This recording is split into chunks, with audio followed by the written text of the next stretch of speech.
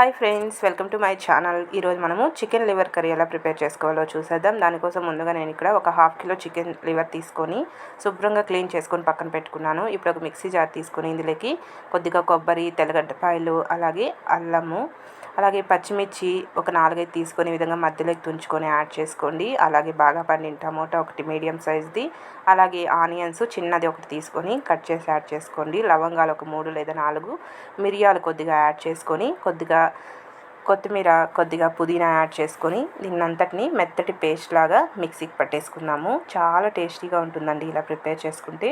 ఈ విధంగా మెత్తటి పేస్ట్ లాగా మిక్సీకి పట్టుకొని పక్కన పెట్టేసుకుందాం.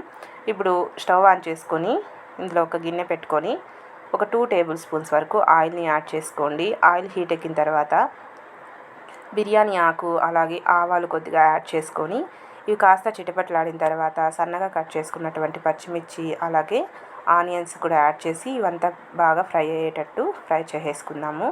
ఇవంతా ఈ విధంగా తిప్పుకుంటూ చక్కగా ఫ్రై అయ్యేంత వరకు ఫ్రై చేసుకున్న తర్వాత ఇందులోకి లివర్ మనం ఆల్రెడీ ముందుగా క్లీన్ చేసి పెట్టుకున్నాం కదా, ఈ లివర్ని కూడా ఇందులో యాడ్ చేసుకుందాం. ఈ లివర్ని ఒక 3-4 సార్లు సాల్ట్ వాటర్తో శుభ్రంగా క్లీన్ చేసేసుకోండి. అలా క్లీన్ చేసుకుంటే మనకి నీచు వాసన అంతా లేకుండా ఉంటుంది. అలాగే ఇందులోకి రుచికి సరిపడా చూసుకొని రాళ్ళుప్పు కానీ లేదా సాల్ట్ కానీ యాడ్ చేసుకోండి. అలాగే పసుపు ఒక 1/2 టేబుల్ స్పూన్ అంత పసుపు కూడా యాడ్ చేసి ఇదంతా బాగా కలిసేలాగా కలిపేసుకొని బాగా ముక్కల్ని ఫ్రై చేసుకోవాలి. ఆయిల్ అంతా పైకి తేలేంత వరకు చక్కగా ఫ్రై చేసుకుంటే చాలా బాగుంటుంది మనకి.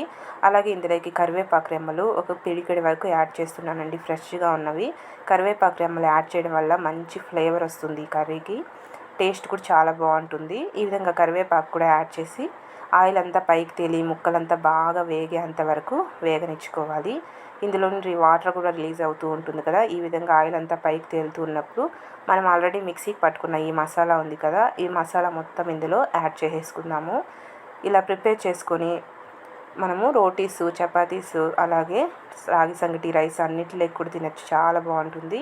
ఈ మసాలా కూడా యాడ్ చేసి ఇదంతా కూడా పచ్చివాసన పోయేంత వరకు ఒక 2-3 నిమిషాలు బాగా వేగనిచ్చుకోవాలండి. అప్పుడే మనకి పచ్చివాసన లేకుండా పర్ఫెక్ట్గా రెడీ అవుతుంది. ఇక్కడ చూసారా, మసాలా అంతా వేగిపోయి ఆయిల్ అంతా పైకి వస్తూ ఉంది కదా. ఇప్పుడు ఇందులోకి చికెన్ మసాలా యాడ్ చేస్తున్నాను. అలాగే ధనియా పౌడర్ 1 టేబుల్ స్పూన్ వరకు యాడ్ చేశానండి. అలాగే red chilli powder 1.5 table spoon వరకు యాడ్ చేశాను. కారం ఎంత తినగలరో చూసుకొని యాడ్ చేసుకోండి. ఆల్రెడీ మనం పచ్చిమిర్చి కూడా వేసాం కదా, మీరు కారం ఎంత తినగలరో చూసుకొని యాడ్ చేసుకొని ఇదంతా కూడా బాగా కలిసేలాగా కలిపేసుకోవాలి. ఈ విధంగా మొత్తం కూడా బాగా కలిసేలాగా కలిపేసుకొని ఇందులోకి 1 గ్లాస్ వాటర్ని యాడ్ చేసేసుకుందాము. ఈ విధంగా వాటర్ని కూడా యాడ్ చేసి మొత్తం కూడా ఒకసారి బాగా కలిసేలాగా కలిపేసుకొని ఒక 10 నిమిషాల పాటు ఉడికించుకుంటే మనకి ఎంతో టేస్టీగా చికెన్ లివర్ కర్రీ అనేది రెడీ అయిపోతుంది.